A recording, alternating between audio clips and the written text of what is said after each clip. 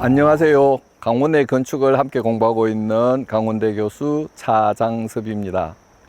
이번 시간에는 우리나라 산림집 가운데 가장 오랜 역사를 가지고 있는 강릉 오죽헌을 함께 공부해 보도록 하겠습니다. 강릉 오죽헌은 병조 참판과 대사헌을 지낸 15세기의 인물, 조선전기의 인물이죠. 최응현이라고 하는 분이 요 이웃에 있는 전무마을에서 이 북평촌으로 이주를 하면서 지은 건물로 추정을 하고 있습니다. 그런데 이 그 오죽헌은 최응현이, 강릉 최씨 최응현이 처음 지은 이후에 대를 이어서 사위에게 상속이 돼요. 그게 다른 집하고는 다른 아주 독특한 부분이라고 볼 수가 있는데요. 최응현의 사위 용인이시 이사원이라고 하는 분에게 이 집이 상속이 돼요. 그래서 그 이사원은 역시 딸만 하나 있었어요. 그래서 사위인 평산신시 신명화라고 하는 분에게 상속을 하게 되죠. 근데 이 신명화라는 분이 우리가 잘 알고 있는 바로 신사임당의 아버지 되는 분이세요. 근데 용인이시 부인, 신사임당의 어머니인 용인이시 부인과 그 다음에 아버지인 신명화 사이에는 역시 딸만 5이에요. 우리가 이제 알고 있는 신사임당 같은 경우에는 두 번째 딸이죠. 그런데 이 집은 오죽헌은 네 번째 사위인 권화에게 상속이 돼요. 근데 이 권화의 아들이 권처균이라는 분이 계셨는데 그분의 호가 오죽헌이었어요. 자기가 살고 있는 집 주변에 까만 색깔의 그 대나무, 오죽이죠. 오죽이 많이 분포해 있었기 때문에 자기의 호를 오죽헌이라고 했고, 그리고 자기가 살고 있는 집의 당호, 집의 이름이죠. 당호를 오죽헌이라 이렇게 해서 그때부터는 오죽헌이 되었어요. 그렇게 해서 이어오던 이 집이 1974년에 율곡 선생을 선양하기 위한 정화 사업을 하면서 많이 훼손이 되기 시작을 합니다. 이 부근에 있는 안채를 헐고 그 다음에 사당을 헐고 이렇게 어제각을 헐고 해서 상당히 많이 왜곡되는 부분이 있습니다. 그러나 그나마도 다행스러운 것은 율곡 선생이 탄생했던 몽룡실이 있는 오죽헌의 별당 건물은 옛날의 그 모습을 그대로 간직하고 있어서 우리나라의 주거 건축 중에서, 산림집 중에서는 가장 오랜 역사를 가지고 있는 것이라고 볼 수가 있습니다.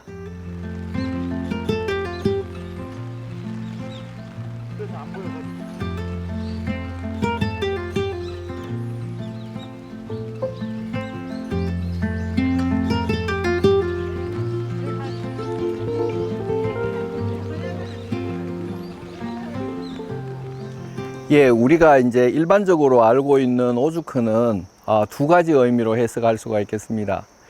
넓은 의미로 해석을 하면 이 오죽헌 그 몽룡실이 있는 이 별당 건물을 포함한 전체적인 건물을 이야기를 하는데요. 그래서 오죽헌을 넓게 보면 안동구원시 종갓집으로 사용을 했던 집 전체를 말하는 것이고요. 그 다음에 좁은 의미로 이야기를 하면 바로 율곡 선생이 탄생한 몽룡실이 있는 요 별당 건물, 요거를 보통 일반적으로 오죽헌이다 이렇게 부르기도 합니다. 우리가 넓은 의미에서 봤을 때 안동구원시 종택이였던 이 오죽헌 같은 경우에는 안채, 사랑채, 곡간채, 사당, 그리고 어제각 이런 다양한 그 종갓집에 갖추어야 될 기본적인 가옥의 구조를 간직하고 있었다 이렇게 볼 수가 있습니다.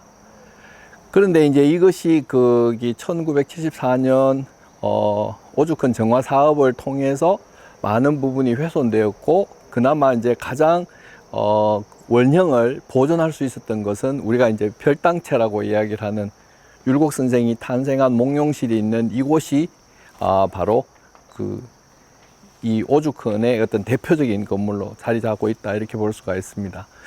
우선에 이제 여러분들이 지금 보고 있는 오죽헌 몽룡실이 있는 별당채를 보면 이것은 정면이 3칸이죠. 칸이라는 개념은 기둥과 기둥 사이를 한 칸이라고 하는데, 정면이 기둥이 이렇게 4개가 있으니까 3칸을 이루는 것이죠. 그 3칸이고, 그 다음에 측면, 옆이 2칸으로 이루어져 있어요.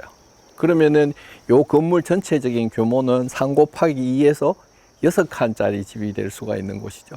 그 오죽헌의 별당체였던 이 건물 자체는 건축사적으로 상당히 중요한 의미를 지니죠. 앞서 제가 여러분에게 말씀드렸던 것처럼 우리나라의 민간 주거 건축, 즉 살림집 중에서는 가장 오래된 건축물이 이 건물입니다.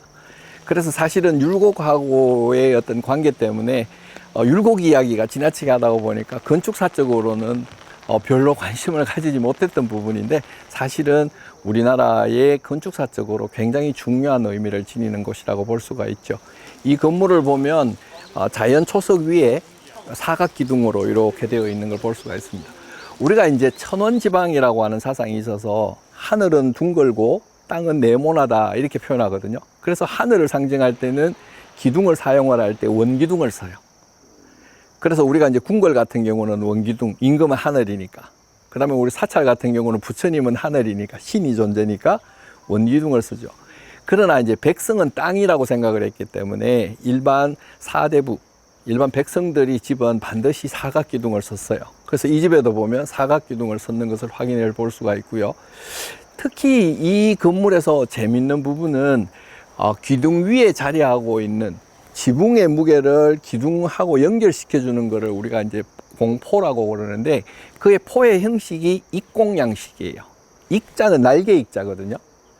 그래서 새가 날개를 이렇게 펴는 것과 같은 그런 모습을 하고 있다고 해서 익공양이라고 하는데, 고려시대 같은 경우에는 주심포 양식이었어요. 그래서 주심포 양식이 익공식으로 전환하는 그런 과정을 보여주는 대표적인 건물이 바로 이 건물이라고 볼 수가 있습니다. 특히 이 건물은 강릉 최씨 최응년이 15세기를 살았던 최응년이 지은 집이기 때문에 시대적으로도 거의 어느 시대라고 하는 것을 특징 지을 수 있으니까 그 시대를 가장 대표하는 그런 건축물이라 이렇게 볼 수가 있습니다.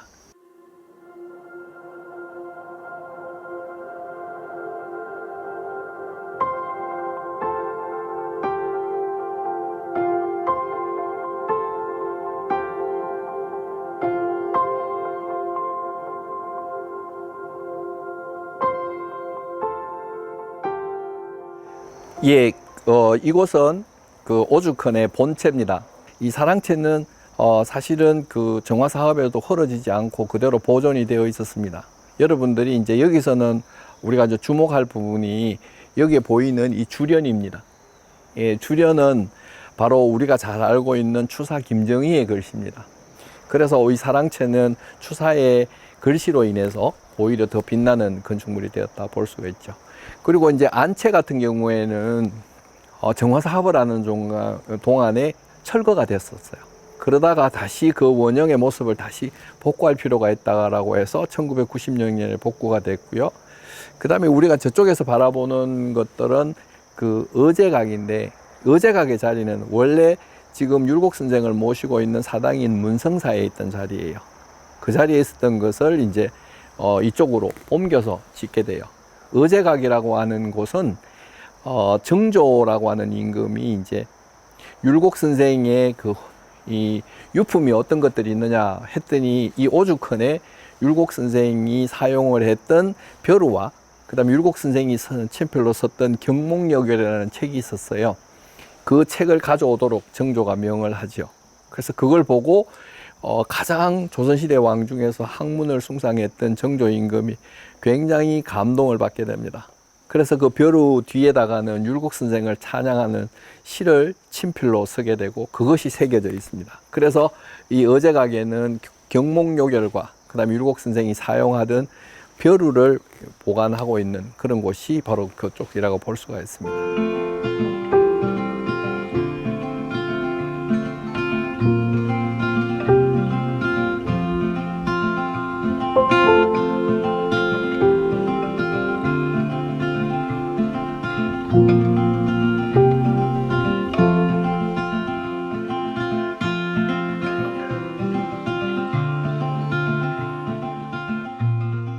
예, 오죽헌에는 이 건축 이외에도 율곡 선생님과 연결되어 있는 나무로 유명합니다. 여기를 대표하는 나무는 사실은 그 오죽헌에 있는 매화나무인데요. 불행하게도 이 매화나무가 지금은 사실은 수명을 다한 것 같은 그런 느낌을 받는데, 굉장히 오래된 매화죠.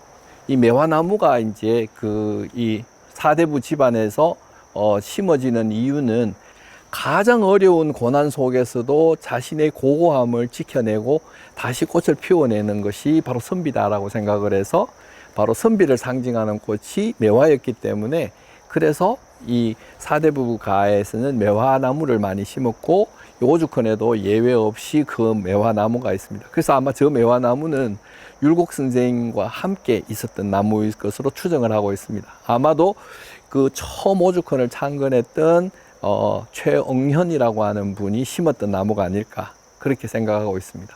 그 다음에 또 하나는 우리가 이제 오죽헌 건물 앞에 정말 오래된 그 배롱나무를 볼 수가 있습니다.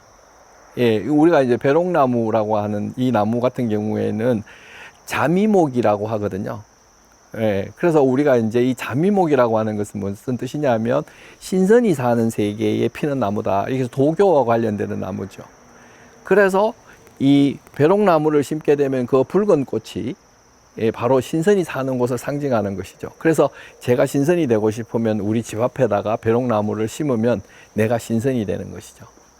그래서 우리의 어떤 그 신선사상, 도교적인 사상, 자연의 어떤 품어서 함께 생활하는 어떤 그런 선비들의 그런 사상들을 가장 잘 반영하는 나무가 배롱나무가 볼 수가 있는데, 그 오죽헌에 있는 이 배롱나무 같은 경우도 율곡 선생이 심었다라고 전해지고 있을 만큼 상당히 오랜 세월을 견뎌온 나무예요. 그래서 이런 나무들도 역시 이 건축의 일부분으로서 남아 있습니다. 그래서 우리가 이제 이 오죽헌에 왔을 때는 이 건축적인 것을 보고 그 다음에 율곡과 관련되는 이야기들을 감상을 하고, 아울러서 함께 건축의 일부로 존재하는 나무까지 볼 때 우리가 이렇게 고택의 어떤 그 정취를 제대로 느낄 수 있다, 이렇게 볼 수 있습니다. 지금까지 우리나라의 최고의 살림집 율곡과 가장 깊은 관계를 가지고 있는 오죽헌에 대해서 공부했습니다. 감사합니다.